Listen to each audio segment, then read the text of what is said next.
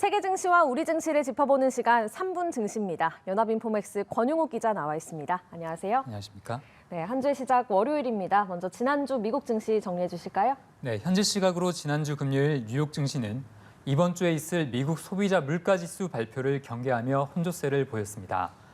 마감가를 살펴보면 다우지수는 전장보다 0.50%, S&P 500 지수는 전장 대비 0.22% 각각 올랐습니다. 하지만 나스닥 지수는 0.61% 하락했습니다.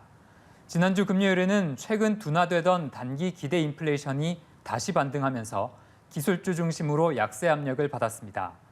미국 미시간대가 발표하는 향후 1년 단기 기대 인플레이션의 중간값은 4.2%로 전월 3.9%보다 올랐는데요. 최근 이 지표는 하락세를 보이며 물가 둔화 기대를 키워왔는데 이번에 물가 상승 우려가 다시 커진 셈입니다. 미시간 대학 측은 단기 기대 인플레이션을 둘러싼 불확실성이 높아졌다고 평가했습니다. 이렇게 기대 인플레이션이 다시 살아나면 연방준비제도 입장에서는 긴축을 빨리 중단하기가 어려워집니다. 이에 따라 이번 주에 나올 소비자 물가지수에 대한 경계도 커졌는데요. 한편 미국 미시간대가 같이 발표한 2월 소비자 심리지수는 66.4를 기록해 전월의 64.9보다 개선됐습니다. 이번 수치는 13개월 만에 최고치로 경기 회복에 대한 소비자의 신뢰가 강화됐다고 볼 수 있습니다. 네, 물가가 더 오를 것 같다 이렇게 생각하는 미국 사람들이 더 많아졌다는 얘기잖아요. 네, 그렇습니다. 연준의 긴축 공보가 이어졌다고 볼 수 있겠네요.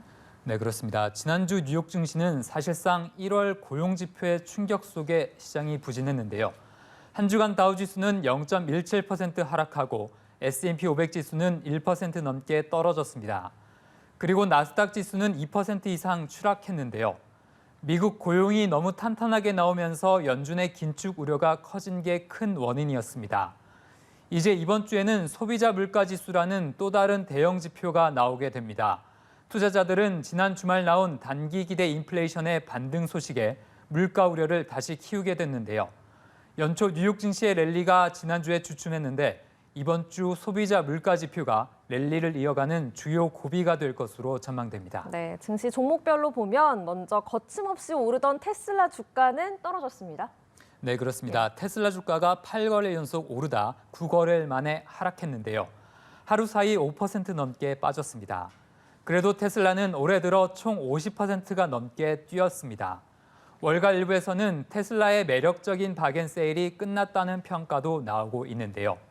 차량 공유업체 리프트의 주가는 회사가 내놓은 실적 전망치가 부진하면서 36% 이상 폭락했고요. 네. 온라인 여행사 익스피디아도 부진한 실적에 8% 넘게 내렸습니다. 네, 마지막으로 오늘 코스피 전망까지 짚어주시죠. 네, 코스피는 지난주 한 주간 0.4%가량 내렸는데요.